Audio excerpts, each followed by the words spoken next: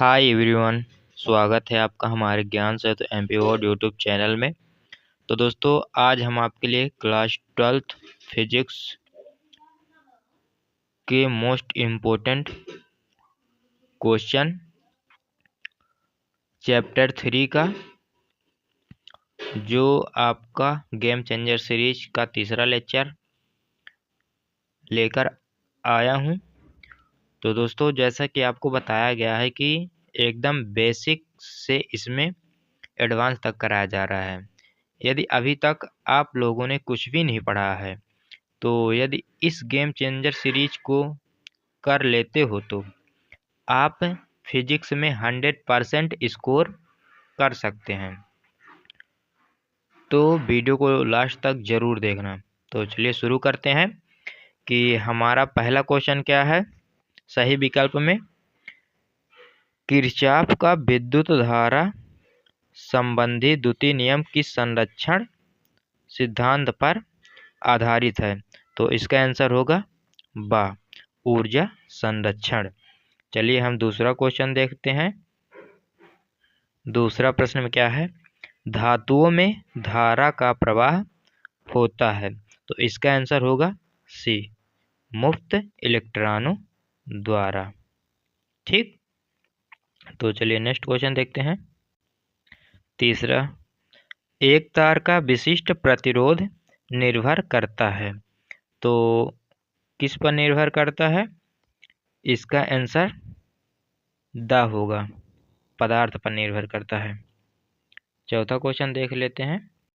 हमारा चौथा क्वेश्चन है, ओमी प्रतिरोध है। हमारा प्रश्न क्या था? ओमी प्रतिरोध है। तो इसका आंसर होगा द, तांबे का तार। क्या होगा? द होगा, तांबे का तार। पांचवा क्वेश्चन है, अर्धचालक पदार्थ की चालकता होती है। तो इसका आंसर होगा अनंत होती है। ठीक, चलिए अब हम रिक्त स्थान देख लेते हैं। रिक्त स्थान में हमारा पहला क्वेश्चन है कि धारा का एसआई मात्रक खाली स्थान है। तो धारा का एसआई मात्रक एम्पियर होता है। क्या होता है? एम्पियर होता है। एम्पियर आप लोग लिख लीजिएगा। दूसरा क्वेश्चन है, ताप बढ़ाने पर धातुओं का प्रतिरोध खाली स्थान है। तो इसका आंसर होगा बढ़ता है। क्या होगा? बढ़ता है। ठीक, तीसरा क्वेश्चन क्या है, एक विद्युत सेल खाली स्थान का स्रोत है। तो किसका स्रोत है? ऊर्जा का स्रोत है। ऊर्जा का स्रोत है। ठीक, चौथा क्वेश्चन क्या है, मीटर सेतु खाली स्थान के सिद्धांत पर कार्य करता है। तो किसके सिद्धांत पर कार्य करता है? व्हीट स्टोन सेतु। व्हीट स्टोन सेतु। ठीक है, व्हीट स्टोन सेतु के आधार पर कार्य करता है।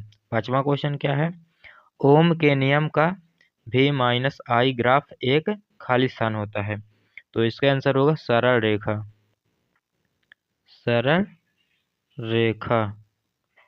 ठीक है, अब सही जोड़ी देख लो कि हमारी पहली सही जोड़ी क्या है, विशिष्ट प्रतिरोध। विशिष्ट प्रतिरोध का आंसर क्या होगा? विशिष्ट प्रतिरोध का आंसर होगा ओम मीटर। ठीक, और दूसरा क्या है, आंतरिक प्रतिरोध। आंतरिक प्रतिरोध का क्या होगा? ओम होगा, यानी R कोष्टक में E/V-1 ये। ठीक, तीसरा क्या है, धारा का मात्रक।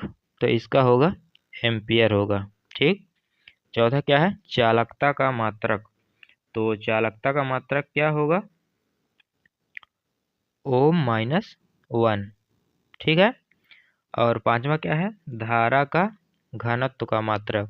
तो इसका होगा एम्पियर/मीटर स्क्वायर ये।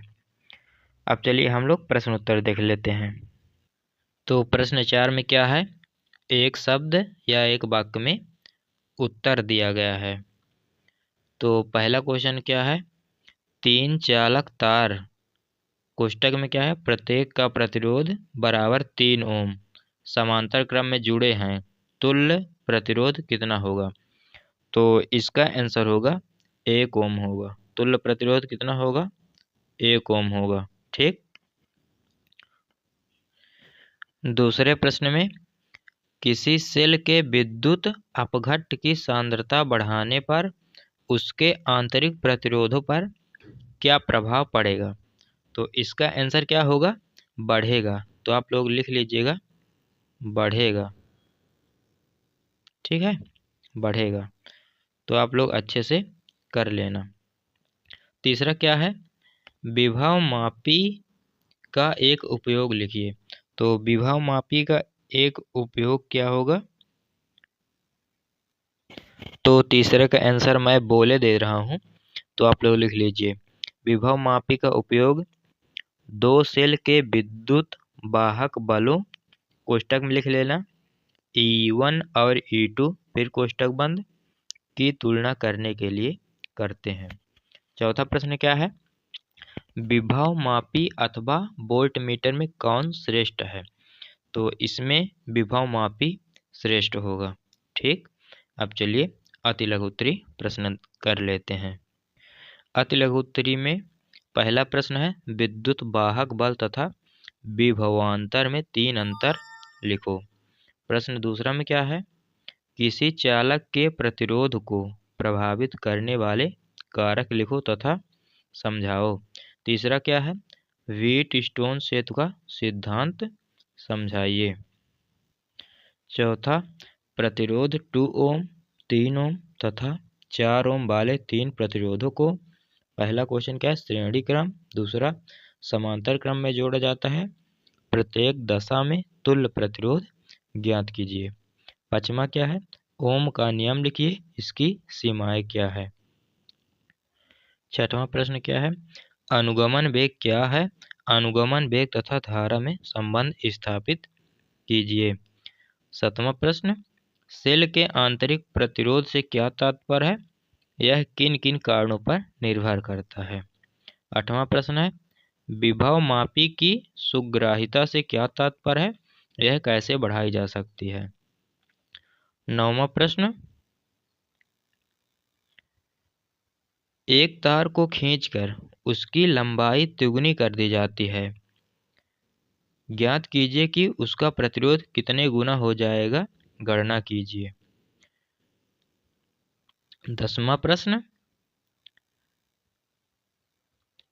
किसी सेल के विद्युत वाहक बल, विभवांतर एवं आंतरिक प्रतिरोध में संबंध स्थापित कीजिए।